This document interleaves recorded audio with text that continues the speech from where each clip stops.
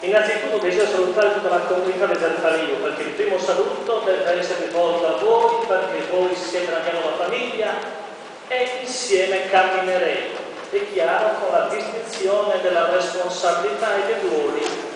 Non sarà stravolto nulla, ma osserverò con tanta delicatezza, rispetto e pazienza, perché l'errore che si fa in genere appena si arriva a cancellare le cose di prima. No, non si cancellerà nulla, casomai si potranno correggere eventualmente per il bene della Chiesa, sempre non del sacerdote, ma per il bene della Chiesa. Noi siamo sacerdoti non di una Chiesa, siamo dell'unica Chiesa universale, che sia sacerdote cristiano non ha importanza, siamo tutti sacerdoti della Chiesa cattolica.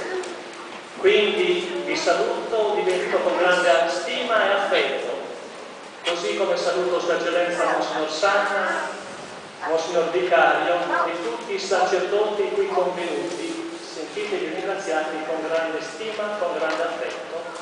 Vedo che ci sono anche i cardinali, Mozzetta Rossa e poi i celestiali, quindi le confraternite di San del Rosario e dello Spirito Santo.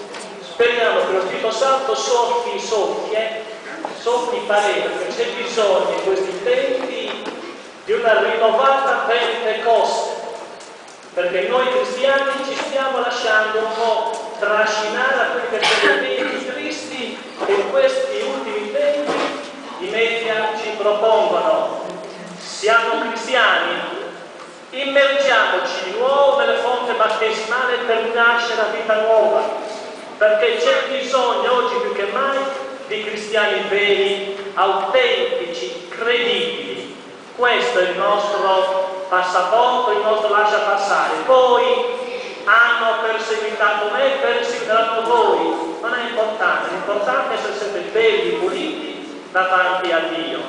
Ringrazio tutte le persone che hanno collaborato per questa mia venuta qui in mezzo a voi, i cori della parrocchia di Donigara, dove ho trascorso 5 mesi bellissimi. Ho incontrato tanta gente buona, sensibile, e devo essere onesto, lo dico davanti a voi, carissimi parrocchiani del Zarfario, perché in quei mesi mi sono stati anche molto vicini in un momento di difficoltà.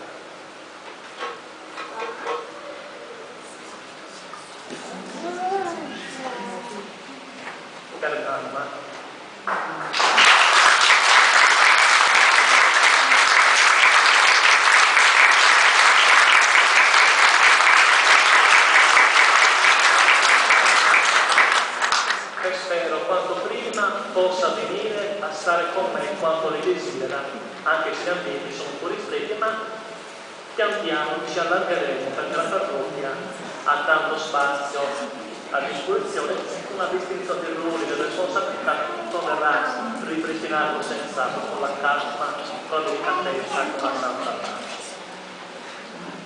Ringrazio tutte le componenti della parrocchia, coro, confraternite, gruppo liturgico, nessuno si sente escluso. Signor Sindaco, noi ci siamo già incontrati, sa già quali sono le mie idee, che sono quelle che ci accomunano.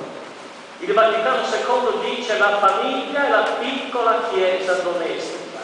Dobbiamo puntare molto sulla famiglia. E lei come sindaco è stato un grande pedagogo, promuovendo anche la nascita di nuove vite in questa bellissima comunità. Complimenti. Continuiamo così insieme.